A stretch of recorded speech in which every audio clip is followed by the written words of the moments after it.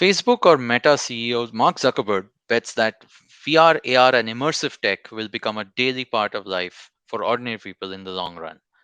Metaverse will change the way social interactions, business, medical, and retail industries work. Hello, I'm Shiladitya, and I'm going to be talking to Nisheeth Srivastava in today's episode of Capgemini's Techipedia Series.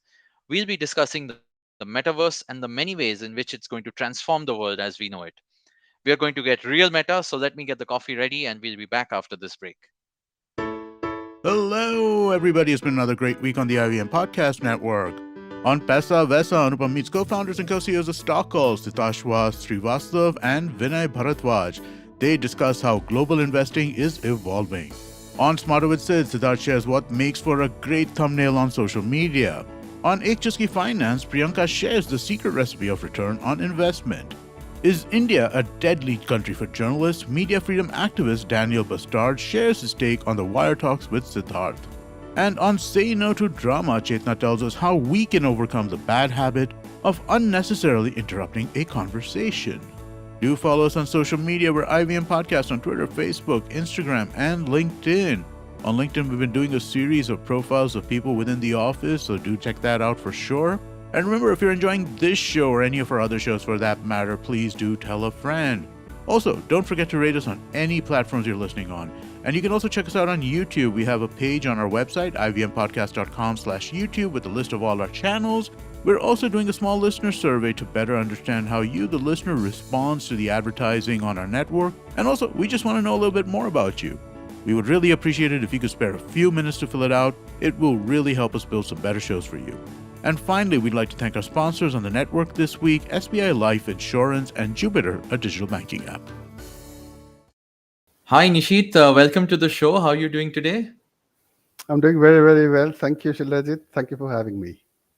No, it's great to have you here. And of course, this is Capgemini's Techipedia, the first episode. It's great to have you here as our guest today. I think, the topic we're going to discuss is something very interesting and can get very, very meta, to say the least. So why don't you, just to help everyone listening in, if you could give us a quick introduction about yourself, your background as well, and then the topic we're going to discuss today. Let's just say I'm not a man of few words. Uh, so I'm an executive vice president with Capgemini in India. And I'm the chief technology and innovation officer. I also head what's called the India Industry Platform. I've been here for a few years now, but half my career I've been a startup guy. So much of what reflects in my work, comes from an orientation which, let's just say, is a little different from the usual corporate engagements you will have, the conversations you'll have, and it will reflect in my discussions today with you. Amazing. And that exactly is probably what we need, that perspective on the topic at hand. We're obviously talking all over about the metaverse, about the new, I would say, dimensions that we are dealing with in our day-to-day life. But before to dig deeper into that, maybe if we can first talk about the origins of this, like where I think we've seen the terms like VR and AR and metaverse more recently thrown around a few times in the past decade or so. So, what actually is the origin of this technology before it became what it is today? So look, there are plenty versions of what I would say would be strong early contenders to the origin of present day VR technology. Including the Sensorama in the 50s, which were, like arcade type cinema booths in US, to the first portable head-mounted VR, device in the 60s, and many others that followed. But the term virtual reality itself, or VR, right, was first used in mid 80s, I beg your pardon, by a computer scientist called Jaron Lanier, who's actually a very amazing personality. His parents were survivors of the Nazi Holocaust, and so he gained a very different perspective to life as the family, fled places and countries and lived rough in tents, etc. He then emigrated to the US for education, okay, New Mexico University, and became a computer scientist. Interestingly, he worked for Atari, which was a very early Yeah. electronic gaming company in California, you Yeah. see, which Yeah. is where he got the inspirations. And he then co founded what's called VPL, Virtual Programming Languages Research. And later they went bankrupt. Okay, so he sold all of his VR related patents, etc., to Sun Microsystems. Hmm. But here's the cool part: he's a visual artist. Okay, he's what's known as a computer philosophy writer. He speaks on topics like, Hmm. cybernetic totalism and some other very Wow. really interesting topics. Okay, he's a futurist. He's a composer of contemporary classical music. In fact, Wow. he owns nearly Yeah. 2,000 rare musical instruments, okay, in his private collection. And it was Jaron Lanier who actually developed the gear, including goggles and gloves, to experience what he first called virtual reality some 37, 38 years ago. And Wow. VPL was the first company to sell VR goggles and VR gloves. So, that's a very colorful and immersive origin for VR technology for Yeah. you. And Yeah, it's interesting that someone who has so much, I would say, rich culture, and of course taste, is the person who actually imagined the future as we are seeing it now. And now today probably the people who are experiencing VR, and in fact all of us who have access to similar technologies, right in, let's say, comfort of our home even, yeah. we are able to actually experience all of these environments which he and folks like him probably envisioned, right? Being surrounded by all sorts of simulations. In fact, what are those various types of, let's say, environments that sort of were the early things, the early VR based on? What you just mentioned, living in tent sounds whatever it does, but that's what gave him the idea of simulating what's known as what he called also geodesic domes, right? So, Yes. and look, life throws opportunities at you, scenarios, environments, and you just need to have that eye. Okay, so and that's what eventually went on to his vision of what would be known as virtual reality. But let me just come back to the question that you asked. So so VR as it is today and the simulated environments that have spawned, as you see them around you, is a result of an evolution of many factors, like from space research to gaming to entertainment and those things over decades. The early examples of simulated environments that come to my mind are, NASA. You can't wish them away. In the early 90s, they designed a VR system to drive the rover, the robot rovers on Mars Yeah. from Yeah. Earth, supposedly in Yeah. real time, okay, despite signal delays. Right. Sega and Nintendo, okay, virtual video games, they were never commercialized, but in the early 90s, they set the virtual reality gaming in motion, right? Um, Mm. I don't know if you recall the Second Life, okay, in 2003, Yes. which, yeah, Yes. today it boasts of thousands of virtual experiences and communities. But I do remember, I had just joined well, I finished my graduation then. um, the idea completely blows you away, doesn't it? So, Mm. Yeah. users could customize realistic avatars, meet with other players, create virtual items, own virtual property, exchange goods and services, Yeah. just like we hear in today's future metaverse, right? Yeah. Yeah. And then we're users of the Google Maps, right, which was launched in 2007, which gave you a street Yes. level 360-degree view. And Yes, of they course. hired a company which used what are known as dodecahedral cameras, okay, Yeah. to give that 360 simulation. And then I've got kids, okay. Very early on in life, they got onto what's called Minecraft, okay, which was Yes. launched Oh, actually in 2009. It's consumed my kids' it's a times and years. phenomenon. Oh, it's extraordinary. It sets your imagination afire. You see, I'm not complaining. So they had the free run at it, But speaking of kids, Shiladitya, right? You can't Yeah. forget Disney, Yeah. who in fact played around with the VR since 80s actually, but settled for IMAX screens and then, later blended, several 4K resolution displays in their eponymous Disney themed caves, you see, to give that immersive feeling, yeah, without the queasy part of being in a Yeah. VR. Yeah. And then museums, um, from the Louvre in France to the Smithsonian in US to the Tate Modern Gallery in the UK, all have many cool VR and immersive reality showcases for a while now, actually. Jurassic Yeah. Park, fairy tales, many more contemporary subjects. So, plenty of simulated environments exist today Yeah. and for decades, actually. So Nishit, you mentioned like so many things that we can all experience, in reality today, like the museums and so many other places where VR has become commonplace, or at least a technology that's used to showcase mixed reality sort of experiences. But there's been a disproportionate sort of impact on the gaming industry, like you mentioned, especially with Minecraft and so many other sort of titles, right? What do you think is that about? I mean, how deep is that impact on the gaming industry? So, let, let me tell you another fun story, okay, to connect the origins of VR and gaming. And this one involves a different character, not the previous one. So this is a 15-year-old curious teenager called Palmer Luckey, who was a passionate collector and enthusiast of old VR headsets from the 80s and 90s.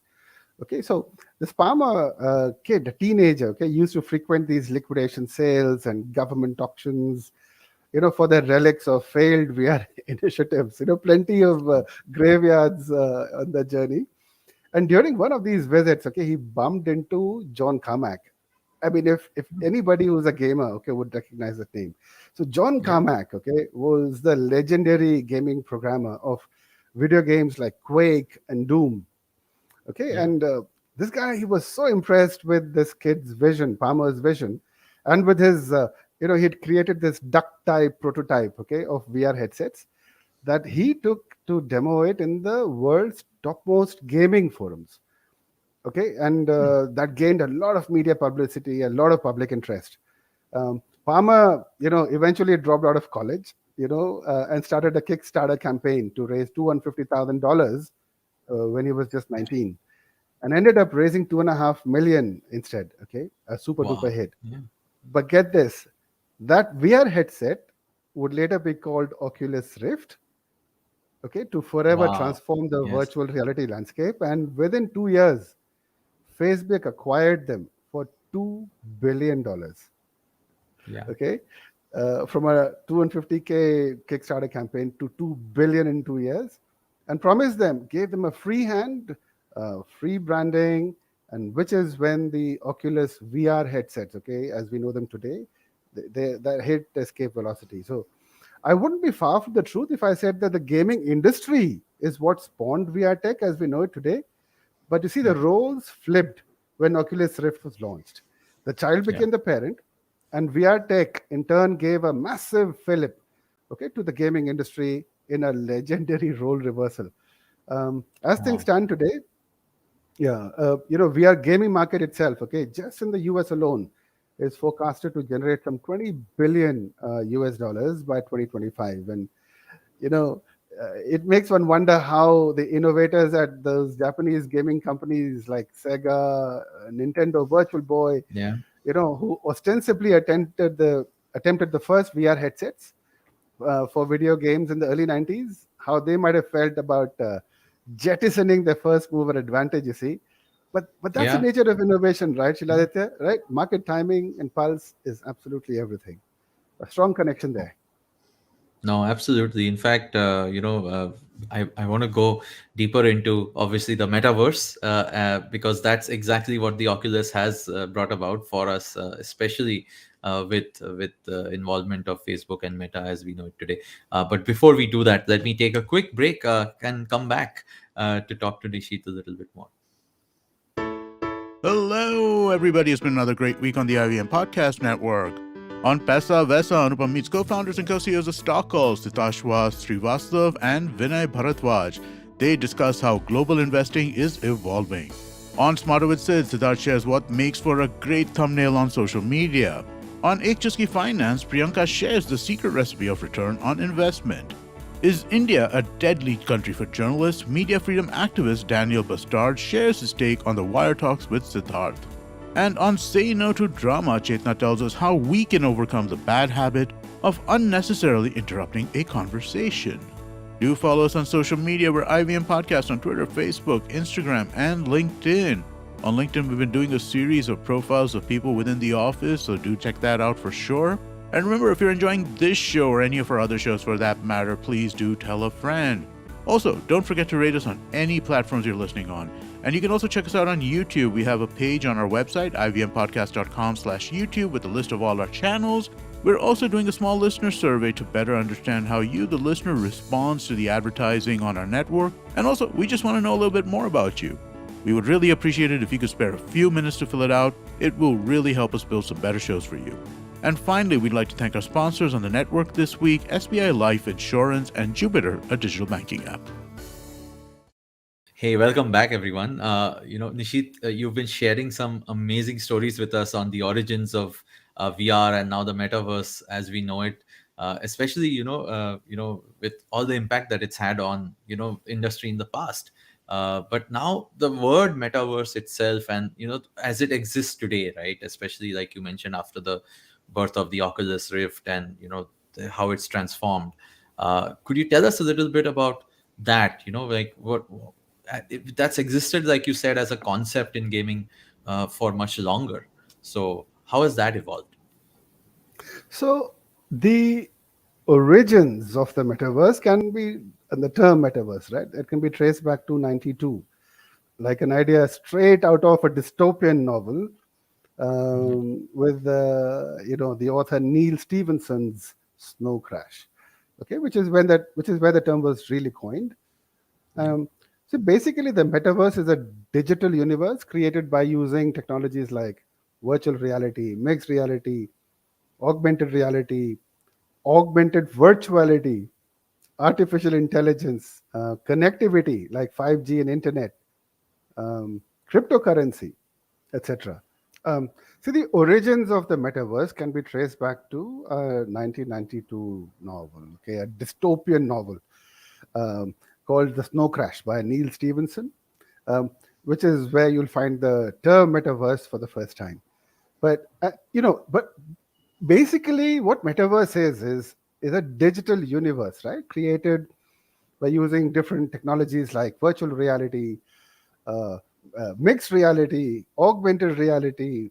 There's augmented virtuality, artificial intelligence, right? Connectivity, 5G, right? The internet in itself, and I think fundamentally, very importantly, cryptocurrency, right?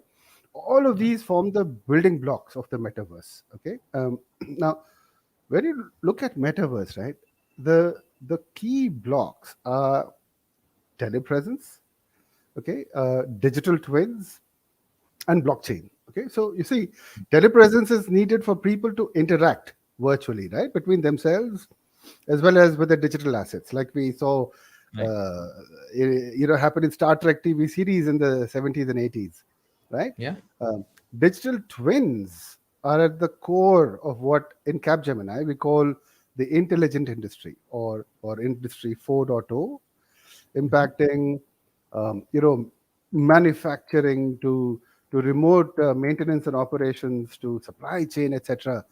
And Shiladitya, this is across industries, okay, from automotive to medical technology, medtech as they call, to Mhm. aerospace and defense, etc.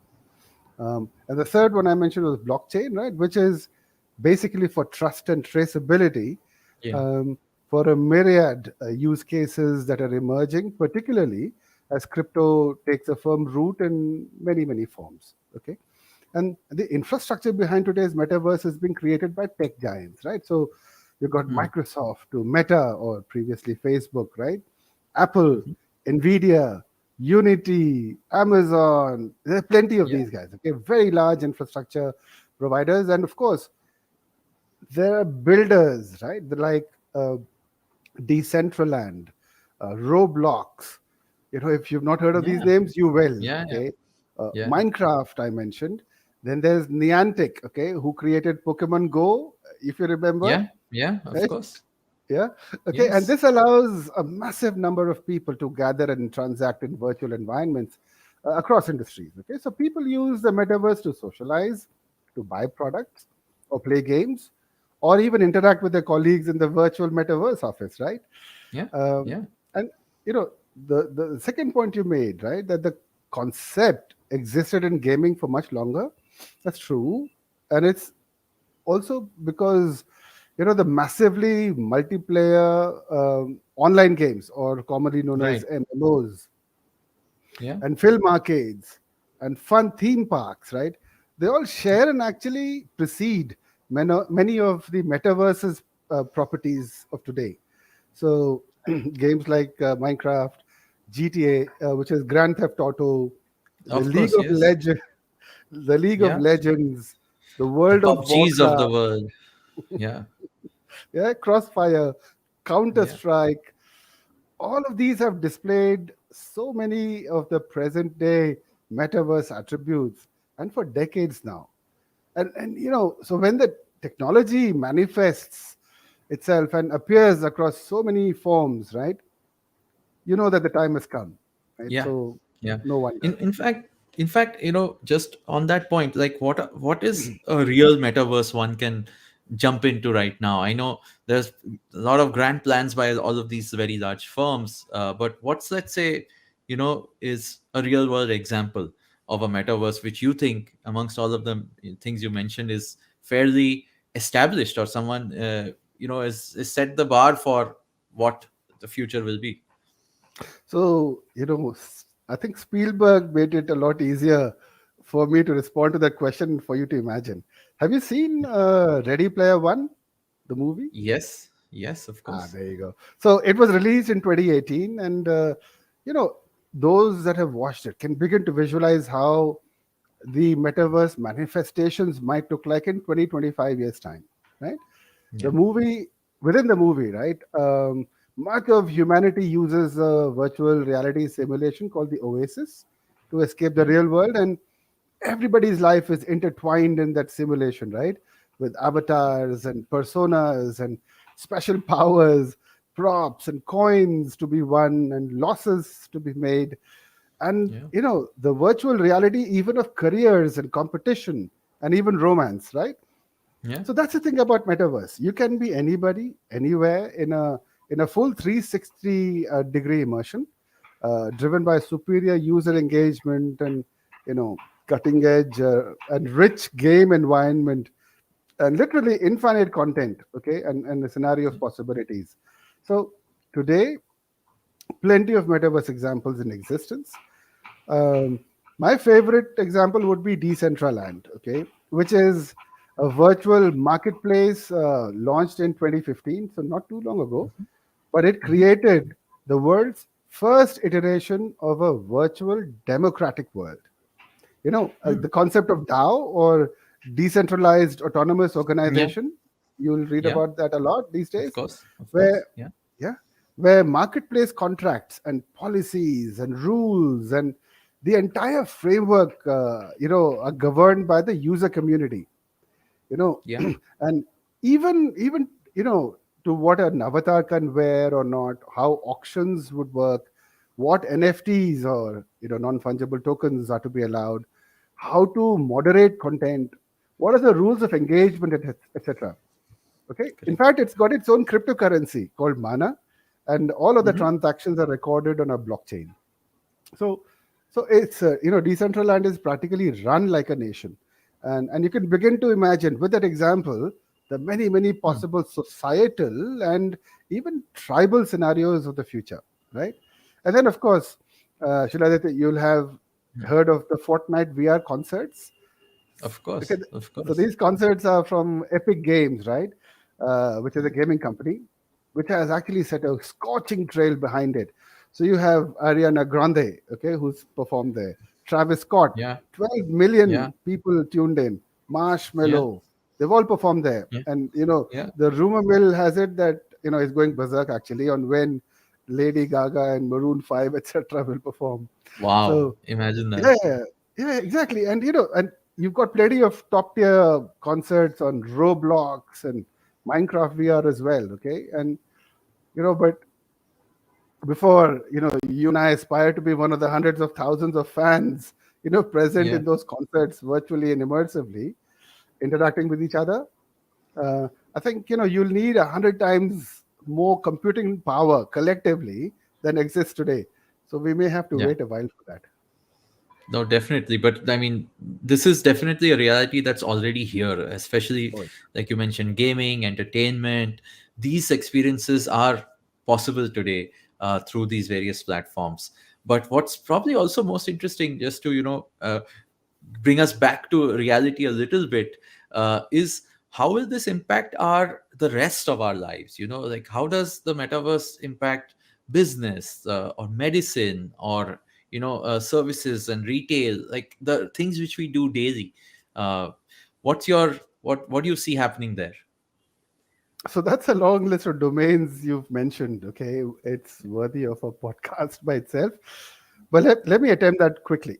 Yeah. So, in terms of business, right, just to give you an idea, as the world moves toward, well, as the world moved towards total lockdown in 2020, Fortnite, okay, the Fortnite concerts that I talked about, Yeah. made roughly, and get this, $300 million by selling Wow. cosmetic skins, dances, and pre-released game modes, to its users. In fact, Bloomberg suggests that the metaverse related business is anticipated to reach some 800 billion US dollars by Wow. middle of this decade, 2025. So the business impact, Shiladitya, will be felt across industries. Yeah. Healthcare, you talked about, has been an intensely regulated field, but the pandemic itself, right, has fundamentally changed the outlook in many ways. So things are accelerating. For example, medical training and learning, right? Hmm. How on earth would you have done it, in a remote world, right? I mean, imagine doctors, right? So Yeah. VR is being used in the training of doctors and medical staff, providing a 360 degree view of ailments, or offer replicating, real world procedures. Um, Telemedicine um, is extending these learning concepts to the real world, in fact, okay, Yeah. where remote specialists are guiding local healthcare workers to deliver superior diagnostics. In fact, even therapies like psychiatric consultations, right, with VR headsets in the Yeah. metaverse, it, Yeah. you see, it brings a semblance of close proximity with the therapist, right? So the Correct. sessions become more effective, and you can't fool the brain beyond a point, but VR simulates the real world, right, far more effectively. Then, Yeah. of course, surgical procedures, pre and post op surgery assessments, wellness and fitness, right? Um, Yeah. Game mechanics in a non game environment, right? To connect healthcare providers, patients, delivering physiotherapy remotely, smarter workouts, right? From Yeah. virtual instructors and that's such. So, that's already happening. I think workouts have weirdly enough become virtual with your Oculus headset. I think I've seen a few the, of those. it's huge.